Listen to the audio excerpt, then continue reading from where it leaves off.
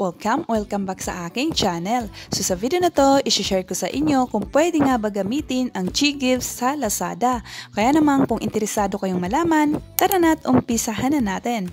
So first step ay pumunta muna ako dito sa aking Chikas ChiGifts. Ayan, so mapapansin nyo may nakalagay dyan na paano gamitin. So ngayon, pipindutin ko ito para makita or malaman natin kung ano nga ba yung mga nakalagay dito.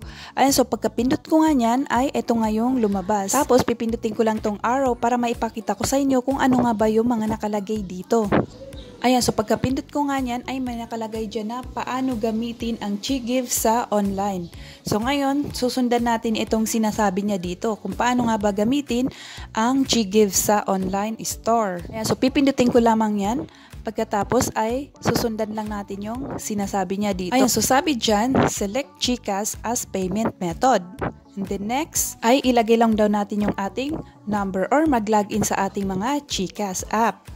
And the next ay piliin lamang daw natin ang ChiGifts.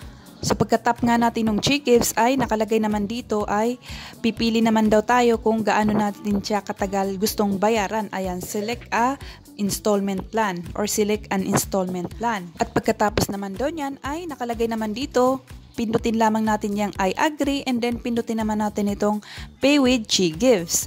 So ayun, okay na daw yun. So ngayon, tetestingin or gagawin natin ito ngayon. Pupunta ako ngayon sa aking Lazada app and gagayahin natin yung sinabi niya dito. At kung ito nga ba ay mag-work.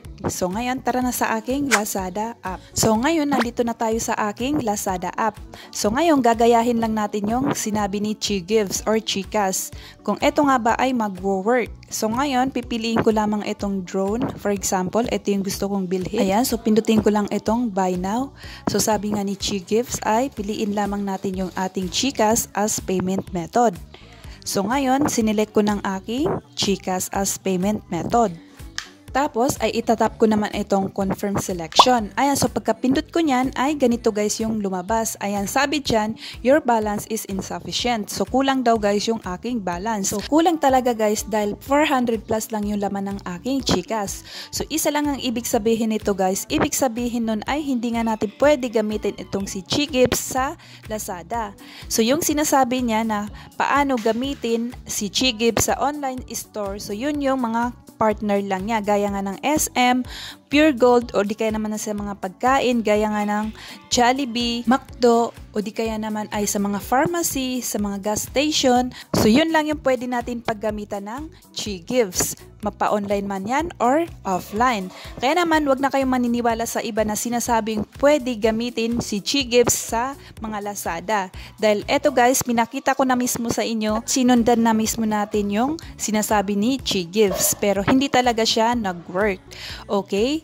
So, I hope ay nakatulong tong video na to sa inyo. Please, give it a thumbs up kung nagustuhan nyo and subscribe sa aking channel para updated kayo sa iba ko pang i-upload na mga video dito sa aking channel. Thanks so much for watching!